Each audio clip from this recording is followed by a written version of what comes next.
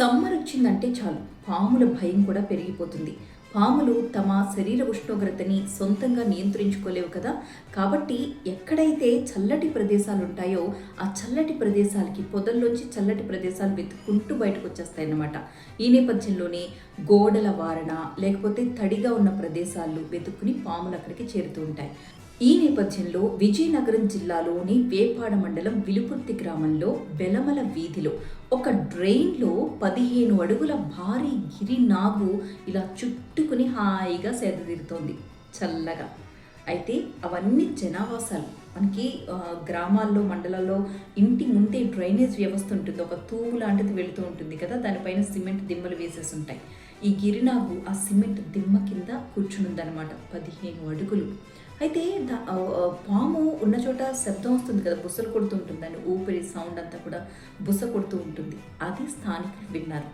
ఏంటా ఈ పాము బుస కొడుతున్న శబ్దం ఎక్కడి నుంచి వస్తుంది అని ఆ చుట్టుపక్కలంతా వెతికి చూశారు, ఎక్కడా కనిపించలేదు. అప్పుడు ఈ డ్రైనేజ్ కిందకి తొంగి చూస్తే పెద్ద గిరినాగు. వాళ్ళు ఏమాత్రం కంగారు పడకుండా అలా మెల్లగా సౌండ్ చేయకుండా పక్కకొచ్చి స్నేక్ క్యాచర్కి కాల్ చేశారు. అతను వచ్చే వరకు కూడా పాము ఇంచు కూడా కదలకుండా అక్కడే చల్లగా సేద తీరుతోంది.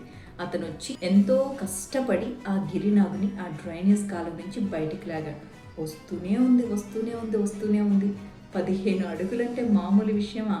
వచ్చిన తర్వాత కూడా ఇలా బుస కొడుతోంది ఆ పాము.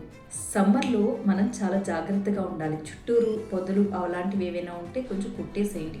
ఎందుకంటే ఆ పొదలు ఎండకి ఎలాగో ఎండిపోతాయి. ఎండిపోయినప్పుడు ఏమవుతుందంటే అక్కడ పాములు ఉండలేక బయటకు వచ్చేసి ఇదిగో ఇలా ఇళ్ల మధ్యలోకి వచ్చేసి ఎక్కడ తడి ప్రదేశాలు ఉంటే అక్కడ చేరిపోవడం, గోడ పక్కనే ఉండడం, ఇలాంటి బాత్రూమ్స్లో ముఖ్యంగా బాత్రూంలో దూరిపోవడం లాంటివి కూడా చేస్తూ ఉంటాయి. కాబట్టి సమ్మర్ అయ్యేంత వరకు కూడా పాములతో జాగ్రత్త. వాటికి మన వల్ల ప్రమాదం అనిపిస్తే తప్ప అవి మన మీద తిరగబడవు. సో పాముని చూడగానే కుట్టి చంపే ప్రయత్నం చేయకుండా స్నేక్ క్యాచర్కి సమాచారం అందిస్తే అతను వచ్చే వరకు మీరు కాస్త జాగ్రత్తగా ఉంటే సరిపోతుంది.